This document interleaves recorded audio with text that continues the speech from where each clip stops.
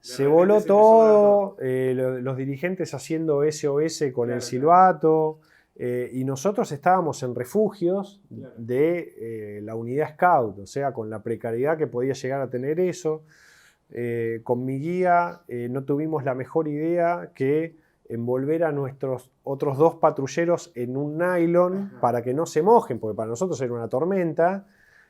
50 años es mucho tiempo, son muchas personas, son muchos esfuerzos. En estas 5 décadas, este grupo que tanto queremos pasó por un sinfín de emociones. El hecho que disfrutemos de esta sede, que juguemos en este terreno, que tengamos estas patrullas o que cantemos las canciones que cantamos, se lo debemos a muchas personas. Por eso, y antes del gran cumpleaños, queremos hablar con ellas, para que vos, querido Lobato, querido Scout, querido caminante o rover, las conozcas. Esto es Jefes y Jefas de la Historia.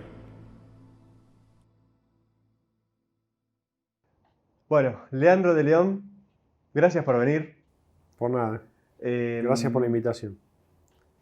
La primera pregunta es la que hacemos siempre. ¿Cómo fue que llegaste al grupo Scout Charles Beltrán? Bueno, como todos, o la gran mayoría, me trajo mi papá. Debe haber sido por el año 92, Sí. Porque recuerdo que mi primer campamento anual fue Salto 93. Claro. Entonces, mi conclusión es esa. Arranqué en la unidad, tenía 10 años y bueno, de ahí en adelante, hasta mi etapa rover no paré. ¿Te acordás cómo era el grupo en ese momento? Era muy distinto de ahora, muy distinto pero el mismo. Sí. Recuerdo que en el espacio, de hecho, donde estamos nosotros había un proyecto para hacer sectores de patrulla. Y bueno, ese proyecto no prosperó por diversos motivos.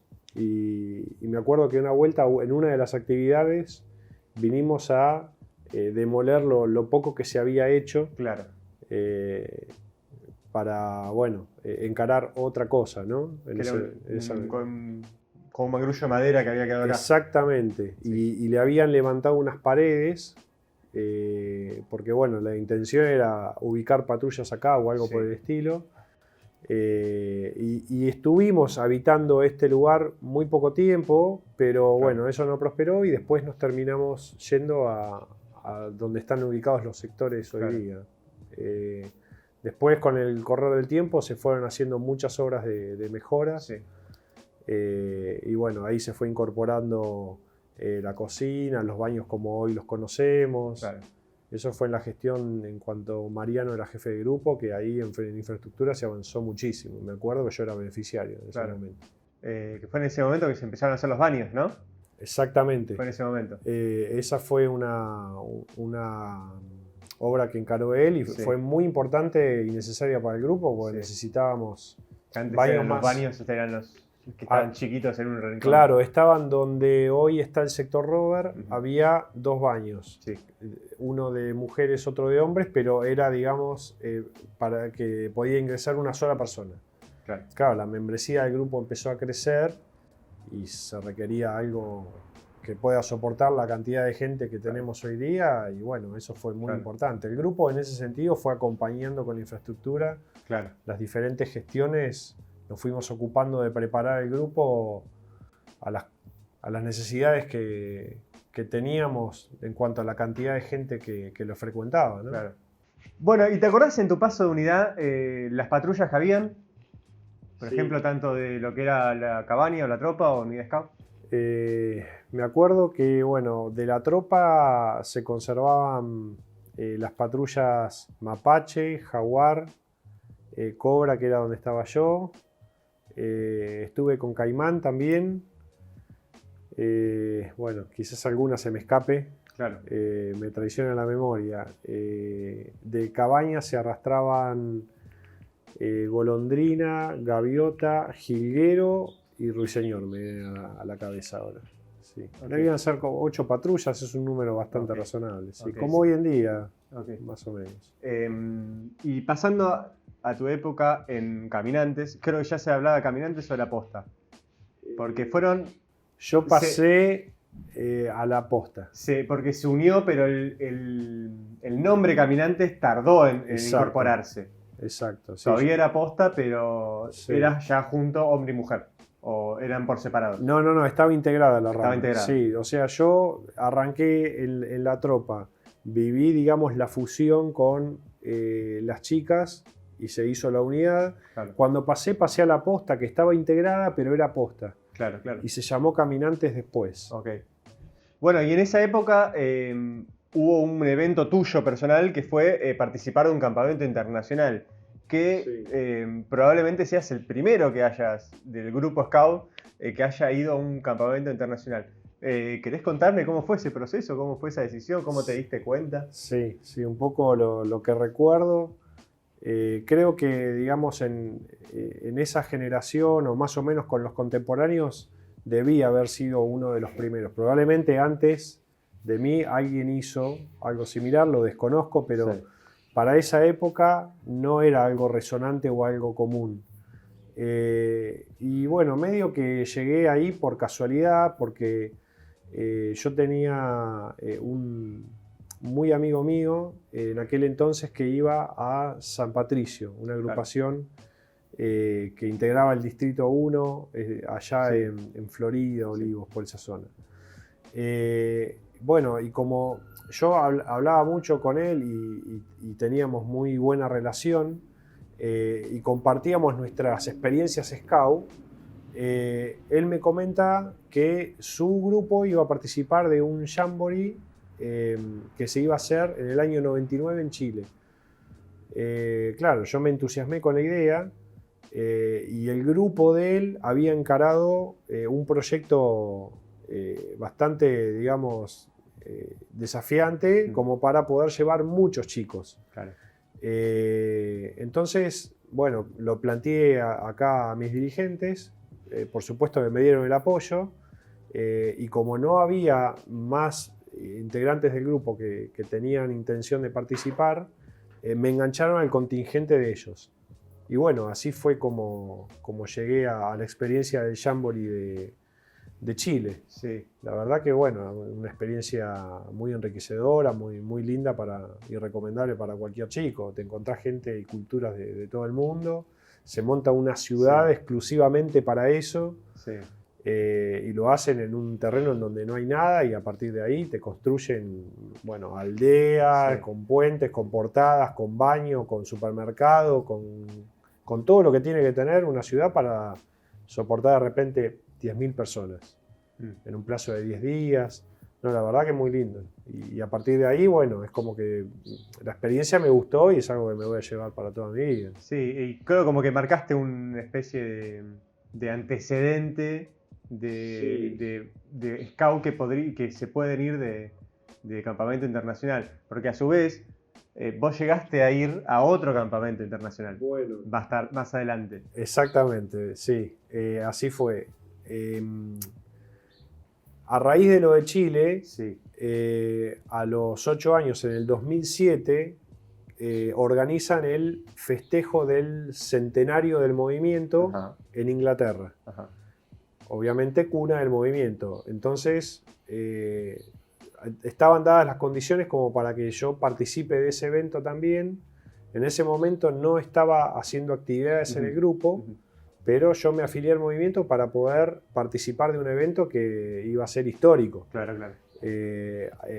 Ya no podía hacerlo como participante, sino que lo hice como equipo de servicio y fui a brindar servicio a ese evento, al igual que los dirigentes hacemos servicio en el grupo, digamos, cotidianamente. Y bueno, el hecho de haber participado de ese evento, el centenario, después vine al grupo y traje algunas cositas, traje incluso hasta tierra de la isla de Brownsea, que bueno, ahí también hubo fue una cuestión pasar por la aduana, porque los tipos me preguntaban, ¿y usted qué lleva? Claro. Y bueno, obviamente vestido así, le decía, mira, traigo un poquitito de tierra, y claro, para llevar a mi grupo. Claro.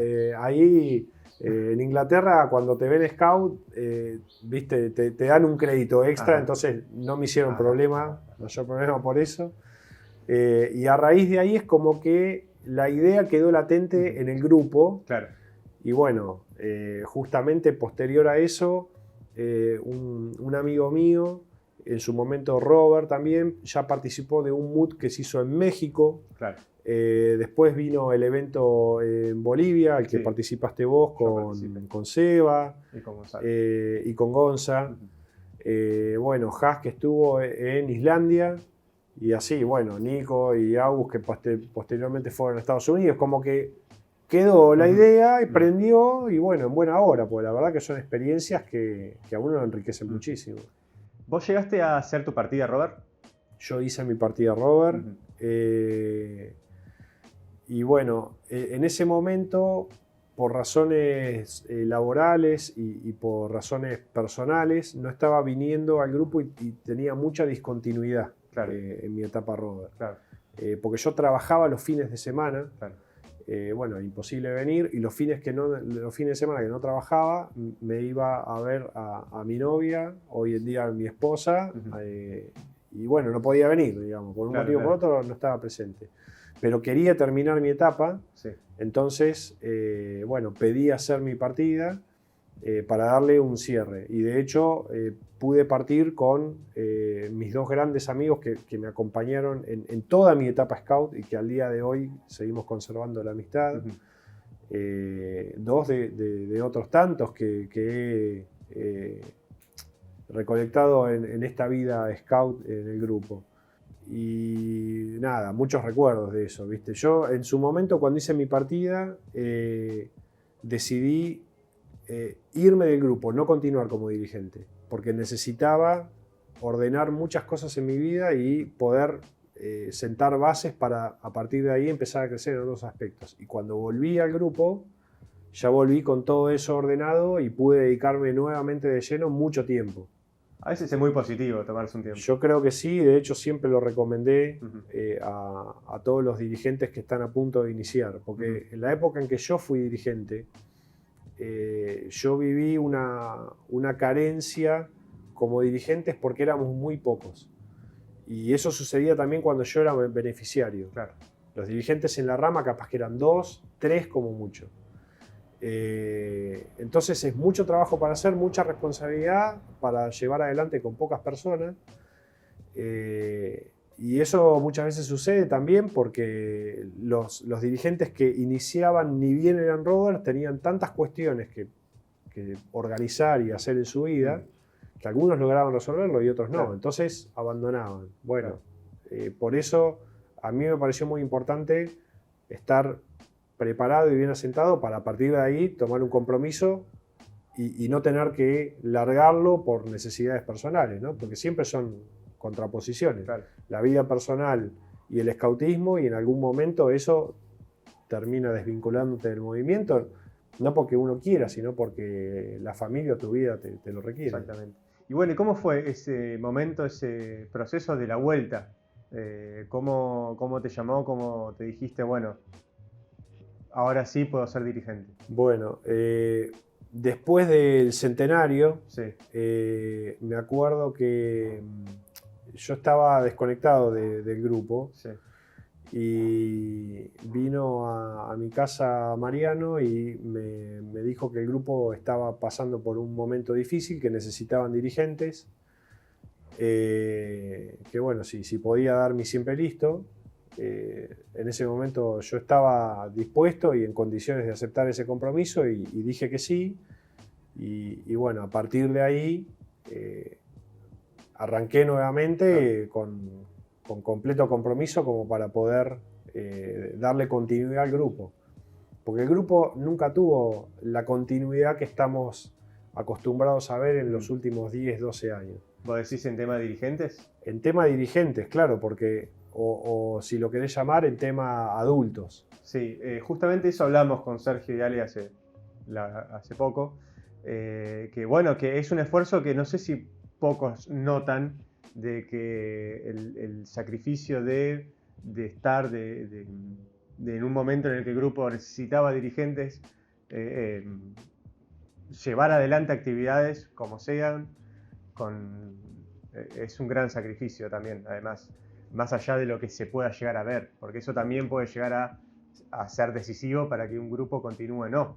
Sí, claramente. Bueno, la participación de Sergio y de Alejandra fue muy importante porque eso facilitó la continuidad del grupo. Exacto. Y no solamente de ellos, sino de todos los que los precedieron y de todos los que estuvieron también después. Yo varias veces dije que el grupo se integra y se sostiene con el trabajo de todos los dirigentes y de todos los padres que integran el grupo. Pero hay un único hilo conductor que son los jefes de grupo. Claro. Porque jefe a jefe es que se va haciendo la historia del grupo. Y cuando no hay jefe, el grupo se descontinúa. Porque de hecho no puede haber actividad si no hay jefe. Ya es una cuestión incluso reglamentaria de la asociación. Claro, claro. Entonces es muy importante. Todos aquellos jefes que dejaron de lado y sacrificaron muchas cosas personales o familiares para poder estar en esa función, facilitaron que esa continuidad no se corte. Por supuesto que el trabajo de los dirigentes es lo mismo, pero el hilo conductor terminan siendo todas esas cabezas, ¿no? Y bueno, y hablando de jefatura, ¿cómo fue ese proceso, esa decisión de ser jefe de grupo, de tomar la responsabilidad de ser la jefatura? La gran pregunta es si lo decidiste, si fue, o si estaba preparado porque lo decidiste vos o no, porque es un 50% entre toda la historia de las jefaturas de grupo. Bueno, en mi caso, yo decidí ser jefe. En base a esa decisión, hice lo posible por prepararme para ese cargo. Yo terminé mi formación antes de ser jefe de grupo. Yo ya era insignia de madera en gestión. Sabía que para poder dar lo mejor tenía que estar preparado y tener las herramientas para hacerlo. Y cuando lo hice con un objetivo claro, que era justamente lograr darle a los dirigentes que iban a trabajar conmigo en esa gestión las herramientas y la membresía de adultos como para que ellos no estén tan exigidos como yo lo estuve cuando fui dirigente y como todos los otros dirigentes antes que yo, digamos, también. Porque era, digamos, como un estándar del grupo en esos momentos en donde era así, digamos, no había tantos recursos adultos, era difícil conseguir dirigentes comprometidos, bueno, un sinfín de cuestiones que yo quería revertir. Y a partir de ahí nosotros pudimos hacer foco en eso y impulsar una política y una visión de grupo como para poder revertir eso hacia adelante. Sí. Entonces nos enfocamos fuertemente en que las ramas mayores dejen de perder membresía. Porque lo que pasaba cuando yo era Robert es que si arrancaban de repente 30 o 40 chicos en la manada o en la unidad, a Robert llegaban 8. Hubo comunidades más grandes, pero en definitiva también se mermó mucho por diferentes motivos. Y nos enfocamos en apuntalar ahí, porque nosotros sabíamos que ese era el semillero y que claramente no es una escuela de dirigentes. Pero muchos de esos sí iban a elegir ser dirigentes, en forma inmediata o no, como me pasó a mí. Claro. Y a partir de ahí, eso también acompañado, digamos, por un gran acompañamiento de los dirigentes, parte de mi filosofía como jefe de grupo fue poder tener un equipo de dirigentes que únicamente se dedique al programa y tener un gran equipo de padres que pueda acompañar con todo lo que era referente a la gestión, logística y otras cosas. Sí. Entonces, de esa manera, los dirigentes podían enfocarse 100% en los chicos y descansar en que todo lo demás lo iba a resolver otra persona. Claro. Eso también se hizo en la época en la que yo era beneficiario, pero bueno, con menos recursos adultos porque quizás era más difícil captarlos o vaya a saber qué. A partir de ahí, por suerte, eso tuvo una continuidad y a mí me da una gran satisfacción. Exacto. Saber que dejamos ese legado en el grupo. Hoy el grupo lo veo y las ramas tienen 10 dirigentes, 8 dirigentes, 12 dirigentes, no sé, la que menos tiene capaz tiene 6. Es algo muy de notar eso, porque justamente haciendo toda esta historia, se repite un tópico de que siempre había 2 o 3 dirigentes por rama, como muchísimo. Y hoy es como estar teniendo muchos dirigentes es también un verdadero logro. Y es verdad que se estuvo haciendo durante gran parte de tu gestión y las que también siguieron. Por supuesto. Bueno, y quisieras, no sé, destacar algo de lo que fue tu gestión, de algunos más de lo que me dijiste del tema de los dirigentes, algo que se haya logrado con estructuras o con lo que sea.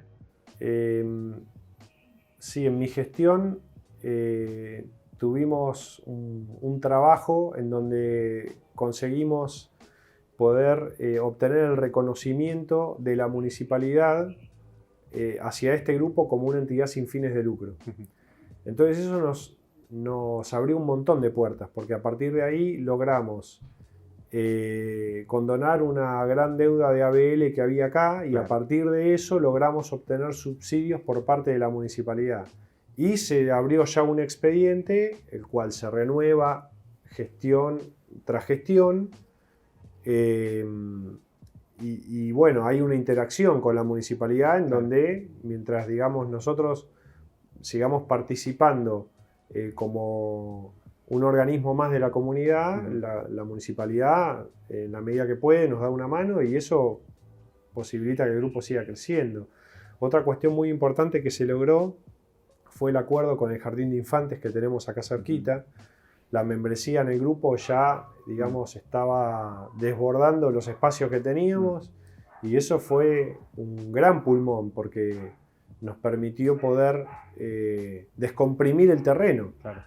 La realidad es que hoy en día, con 100, 120 chicos que tenés, es imposible sin ubicarnos. Así que eso nos ayudó un montón también. Bueno, ¿te acordás alguna anécdota de campamento, ya sea anual o campamento de lo que sea, de distrital? Mira, recuerdo cuando yo estaba en la unidad Scout, era subguía, habíamos ido a Tandil. Sí. Si mal no recuerdo, fue en el año 94. Nos fuimos de campamento piloto y nos agarró la cola de un tornado. Y bueno, nada, o sea,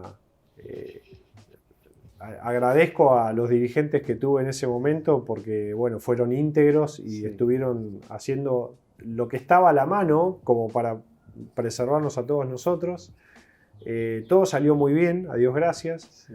Pero bueno, yo sé que ellos se pegaron un lindo temor porque, bueno, nos enteramos después, ¿no? De haber regresado, de que fue la cola de un tornado, de que se volaba todo, intentaban contactarse a la base y en ese momento no estaban los medios que tenemos ahora de celulares y toda la cuestión. Claro, lo que vivieron ustedes se voló todo. Se voló todo, los dirigentes haciendo SOS con el silbato, y nosotros estábamos en refugios de la unidad Scout, o sea, con la precariedad que podía llegar a tener eso.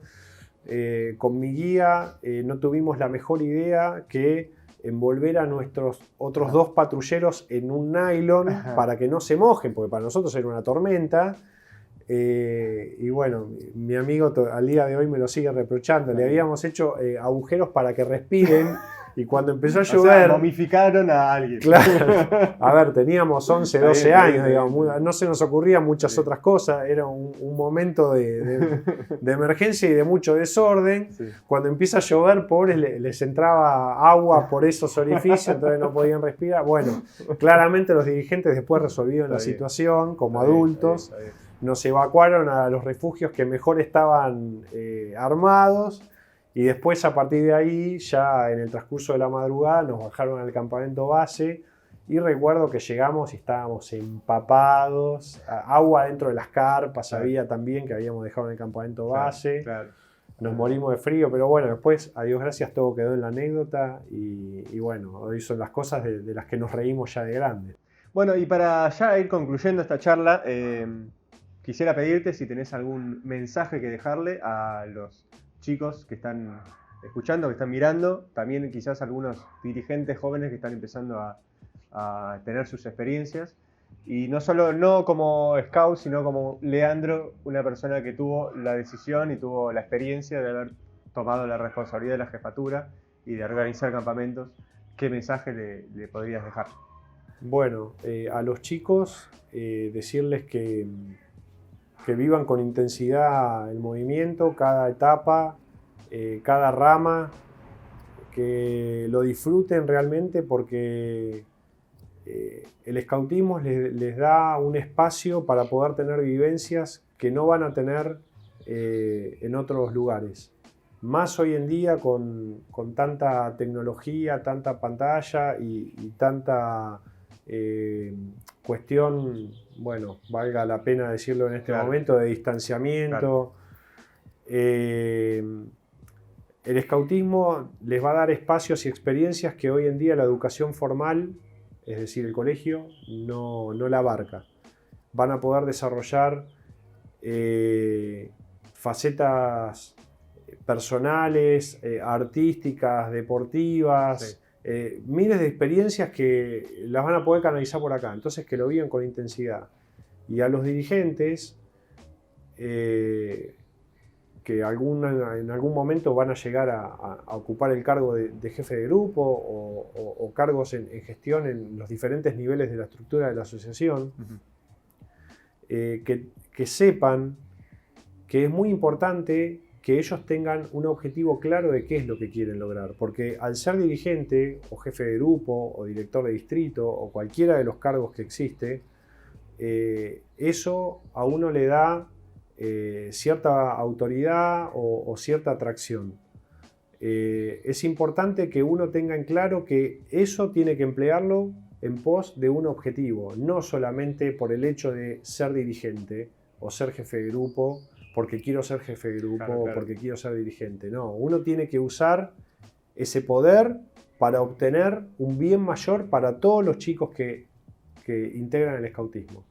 Entonces, mi mensaje es que ellos tengan bien en claro cuál es su objetivo. Su objetivo siempre tiene que ser el de hacer que los chicos sean felices, se diviertan, tengan un espacio enriquecedor para poder hacer una buena experiencia, para ser amigos, para crecer como buenas personas, buenos ciudadanos y para ser gente de valores íntegros. Si ellos tienen claro eso, todas las actividades que hagan y todas las gestiones que hagan van a ser en pos de lograr un mundo mejor y un mejor lugar para toda nuestra sociedad.